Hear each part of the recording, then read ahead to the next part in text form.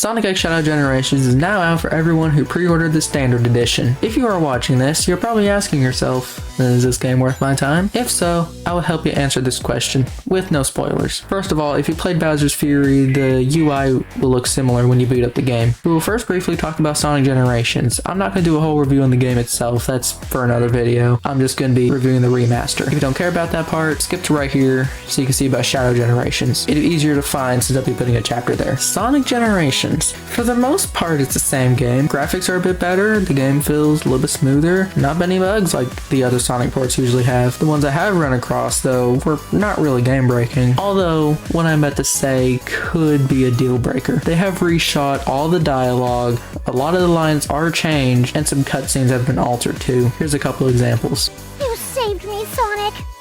I was afraid I'd never be able to flirt with you again! You saved me, Sonic! I'll be sure to return the favor next time around.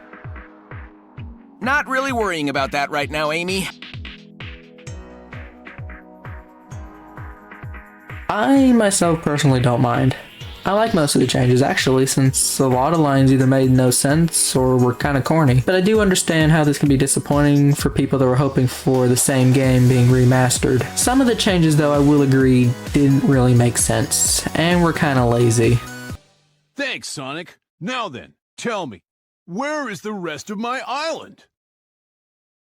Sorry man, it's in my tum-tum. I do like, for example, though, how they changed Tails not remembering Chemical Plant Zone in original generations, and in the remaster now he does. I also really like how they changed the motivational chants coming from the characters at the end of the game, actually fitting the character, not just going, "You got this, Sonic." The story has been unchanged, even with the dialogue changes, so you don't have to worry about that if that's what you're mostly worried about. They have done changes to the model of Rouge of the Bat, I guess, to be more kid-friendly. There was a whole controversy online about it, and honestly, like, I really don't care at all. I can definitely see why other people would be upset for the same reason I listed above. Aside from cutscenes, has the gameplay been changing anyway? Well, yeah, but not in the way you expect. The only thing that is changed from what I recall is the addition of Drop Dash for both classic and modern Sonic. Even though I do love Drop Dash, I honestly forget it's there most of the time, due to me playing Sonic Generations, not Mania. If you don't care or even like these changes, then I think this would be a good game for you. If you're upset with these changes though, then probably not. Although let's be real, in a few weeks there'll be a mod that will revert to the original lines and gameplay, so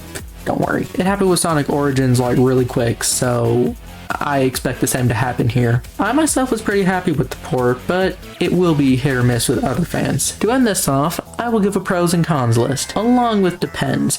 More on that in a second. Pros. It's a fun classic, it's got a decent story, pretty good remaster gameplay wise, has better graphics, and higher quality cutscenes. The cons? It's kind of pricey, especially if this is all you want. Well, this is where the depends list comes in. It has elements that are pros to some, but also cons for others. They have changed dialogue, Rouge's model has been changed, addition of Drop Dash, some cutscenes being modified, and voice lines have been reshot. Just about all of these don't bother me, but a lot of people would be upset due to one in the original game like it was in 2011, and I can understand that. If you do want the original game though, I recommend to look at the Legacy bundle on Steam, as that's the only way you can get the original game nowadays. Although it does have its own issues too, so I recommend to do your own research.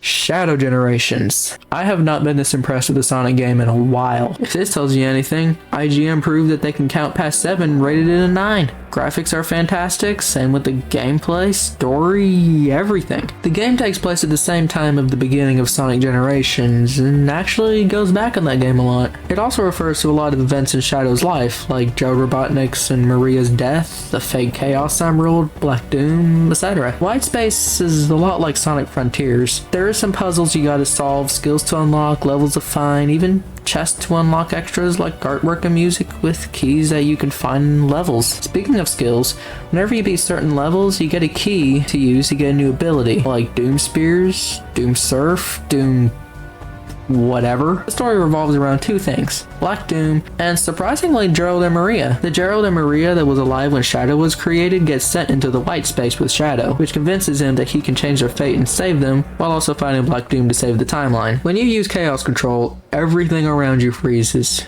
so it makes a lot of overwhelming parts a lot easier. You do though have 5 seconds of time freezing, and you have to fill up the meter to use it again by defeating enemies. Once you beat enough levels, a boss gate appears, just like the original generations. You have to beat challenges to unlock keys, although I find the ones on here more tolerable than Sonic's for some reason. You have to collect 3 to 4 keys to enter the boss, which are actually bosses from past games. Not to sound like a game journalist, the Shadow Generations really is kind of tricky. The levels and controls are tight and requires all of your focus. I don't mind it since I play a lot of Sonic games anyways, but probably not a good game for beginners or children, just for the tightness and difficulty. Let's again end this off with pros, cons, and a depends list. The level design is good, gameplay's good, graphics good, story's good, I don't know, everything's good. Cons?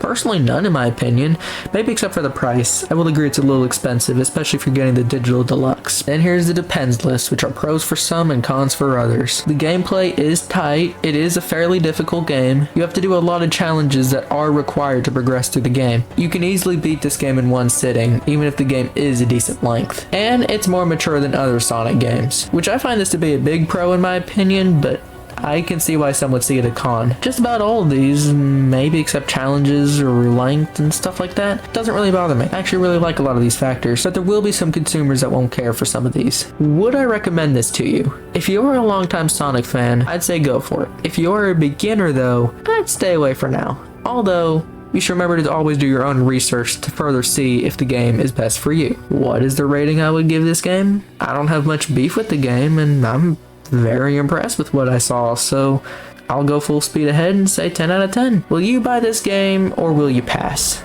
Let me know in the comments and why. Thanks for watching, and this is Noah signing off.